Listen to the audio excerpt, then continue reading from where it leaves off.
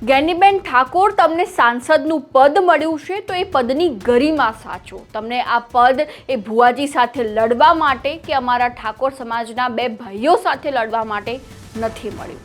આ નિવેદન આપવામાં આવ્યું છે ગબ્બર ઠાકોર દ્વારા અને આ જ મુદ્દે ચર્ચા કરીશું આજે આ વિડીયોમાં. નમસ્કાર, સ્વાગત છે આપનું ક્રાંતિ માર્ગમાં અને હું છું મિક્ષુ ઠક્કર આપની સાથે. જે સમયથી ઠાકોર સમાજમાં ડીજેને લઈને પ્રતિબંધ લાગ્યો છે તે સમયથી જ ક્યાંક ને ક્યાંક ઠાકોર સમાજમાં અવનવા વિડીયો સામે આવતા હોય છે. કોઈક વ્યક્તિ જે છે તે ડીજે બંધ થવાનો પ્રતિબંધ જે કરવામાં આવ્યો છે તેને લઈને તેનો વિરોધ નોંધાવી રહ્યો છે, તો બીજી બાજુ જે ડીજેને સમર્થન મળી રહ્યું છે, એટલે કે સમાજમાં બે ફાંટા જેવી સ્થિતિ જોવા મળી રહી છે. અને તે વચ્ચે જ ગબ્બર ઠાકોર દ્વારા એવું નિવેદન આપવામાં આવ્યું છે કે જ્ઞાનીબેન ઠાકોર એ ખરેખર સાંસદના પદની ગરિમા સાચવવી જોઈએ. તે માત્ર ભુવા સામે લડવા માટે કે અમારા સમાજના અમે જે બે ભાઈઓ છીએ એને લડવા માટે તેમને આ પદ નથી મળ્યું. તો આ મુદ્દે ગબ્બર ઠાકોર વધુમાં શું કહી રહ્યા છે એકવાર તેમની પાસેથી જ સાંભળી લઈએ. તો મિત્રો, મારી ફેમિલી હારે મારી ધર્મપત્ની હંગાત વિડીયો બનાવો શું ગુનો છે? બેન દીકરીની વાત કરે છે તો બેન, શું તમે બેન દીકરીમાં નથી આવતા? અથવા તમે મારા પરિવાર હંગાત ટિપ્પણી કરો છો કે પરિવાર હંગાત વિડીયો બનાવે, તો એવા સમાજની અંદર દીકરા છે કે બહુ નેગેટિવમાં જાહેરમાં ગાળો બોલે છે, એ પરિવાર હંગાત તો તમે કોઈ દિવસ ટિપ્પણી કરી નથી. હવે મારા પરિવારના તમે 2-3 વિડીયો કે આવી રીતના તમે એ કહી શકો છો, તો મારા પરિવારમાં મારા હગ્ગા ભાઈઓમાં રાગ છે, અમે ભેળા વિડીયો બનાવીએ છીએ, એ તમને ના દેખાણા? મારા ઘરે જે હારા કાર્યનો જે પંખી ઘર કરેલું છે એ તમને ના દેખાણું? 3 પરિવારના જે મા બાપ વગરના છે એમને મકાન કરી આપ્યા, એ વિડીયો તમને ના દેખાણા? તમને મને તો એ ખબર નથી કે તમે સમાજ સેવા માટે મિટિંગ કરો છો કે મારા પરિવાર માટે મિટિંગ કરો છો.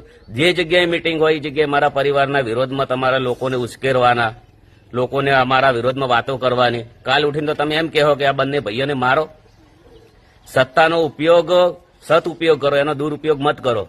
અને મને તો એ ખબર નથી પડતી કે બેન, તમે આટલા નસીબદાર છો, આ હોદ્દો મળવો ને જે સાંસદ વાળો જેવા તેવા વ્યક્તિને નથી મળતો. એનો તમને આ હોદ્દો ડીજે વાળા હંગાર લડવા માટે મળ્યો છે કે ભુવાજી હંગાર લડવા માટે મળ્યો છે કે કલાકારો હંગાર લડવા માટે મળ્યો છે કે દશામાં હંગાર લડવા માટે મળ્યો છે? મને તો એ જ ખબર નથી પડતી. ભાજપના કાર્યકર્તા એટલા બધા સ્ટેજ ઉપર આવે છે, કેમ કોઈ વ્યક્તિ બોલતો નથી? વાત કરીએ તો તમે ન્યાય કરો તો હાસો કરો. તમારે એટલો બધો ન્યાય કરવાનો શોખ હોય તો તમે પોતે બંધારણ તોડીને 10-10 દિવસ હતાઈ જો છો, પછી તમે ગોચા જડતા નથી.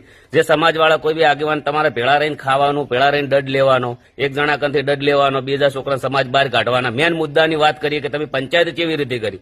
તમે કોઈ બી ના ઘરે જો છો અવસરની અંદર તો તમે ત્યાંથી 1.5 લાખ રૂપિયા લ્યો છો. અમે કોઈ બી ના ઘરે અવસરમાં જઈએ અમારા કુટુંબમાં ગાવા તો તમે અમને નાત બાર મૂકી દો છો. તો તમારે નાત બાર જવું જોઈએ. દંડ તમારે કરવાનો, તોડ તમારે કરવાનો, બંધારણ તમારે તોડવાનો. સમાજને તો શું તમે એકદમ ગોડી સમજો છો? અને આવા લોકો જે ખોટો ન્યાય કરે છે ને તમે એમ કહો છો કે આ લોકો આ પરિવારને સપોર્ટ કરવો નહીં, તો હું તો દિલથી કહું છું કે ભાઈ તમે તાર ફૂલ જ્ઞાનીબેનને સપોર્ટ કરો ને મને સપોર્ટ કરતા ના. મને તો આખો સમાજ જે મને સમજે છે, મને જોડે છે ને, એ લોકો બધા સપોર્ટ કરવા વાળા છે. હું મારા પરિવાર, ફેમિલી, કુટુંબ હંગાત વિડીયો બનાવું, એમાં કોઈ મારા નેગેટિવ કોમેન્ટ તો કદી આવતી નથી.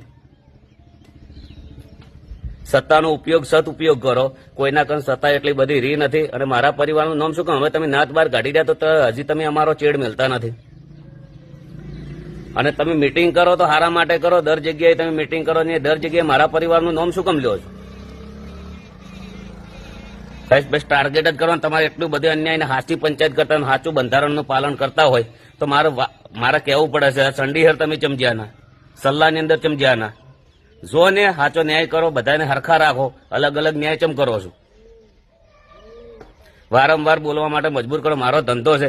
તમારો વિષય શું છે?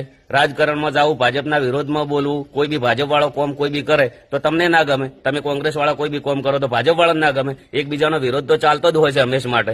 ભાજપ વાળા છે તમારા વિરોધમાં કોમેન્ટ કરવાના છે, કોંગ્રેસ વાળા છે એ ભાજપના વિરોધમાં કોમેન્ટ કરવાના છે. એ તો રહેવાનું જ છે દુનિયાની અંદર. તમે મને પોતે ટાર્ગેટ કરીને તમે બોલો, તમારો વિષય શું? તમે બેન ગમે તે જગ્યાએ સ્ટેજ ઉપર જો એટલે તમારે બોલવાનો, તમે વાતો કરો, તમારો રાજકારણનો વિષય છે, એવો અમારો વિડીયોનો ધંધો છે. કોઈ સમાજને લૂંટી લીધી હોય, કોઈ જગ્યાએ કોઈ રમી સર્કલની એડ કરી હોય, કોઈ સિગરેટ પીતા વિડીયો બનાવ્યા હોય, કે કોઈ જગ્યાએ અમે એવી સમાજને સોશિયલ મીડિયાના દ્વારાથી કોઈ ગેમો રમીને કોઈ સમાજના છોકરા છેતરાણા હોય, તો તમે કહી શકો. અને એવા તો છોકરા આપણા સમાજમાં એવા 500 જણા તો જોર દાડો ઉગે ને એવા વિડીયો બનાવતા હોય છે કે આવી રીતના ફોલોવર વધારે આ ગેમ રમો, 3 પત્તી રમો. એમની તમે કદી કોઈ દિવસ ટિપ્પણી કરી નથી. તમારો કહેવાનો મિનિંગ એમ છે કે મારા કન સત્તા છે, અમે બધું કરીએ અને અમુક એમ જ થાય તમને કોઈ હોમો જવાબ આલવા વાળું નથી, કોઈ પૂછવા વાળું નથી, કોઈ બી વ્યક્તિ. તમારે એવું કે અમારા હોમો કોઈ બોલવું જોઈએ નહીં. એટલા બધા આગેવાનો તો બેઠા હતા પણ એક આગેવાન એવું બોલ્યા નથી કે બેન તમે બંધારણ તોડ્યું, કેમ તમારા ઉપર દંડ નથી?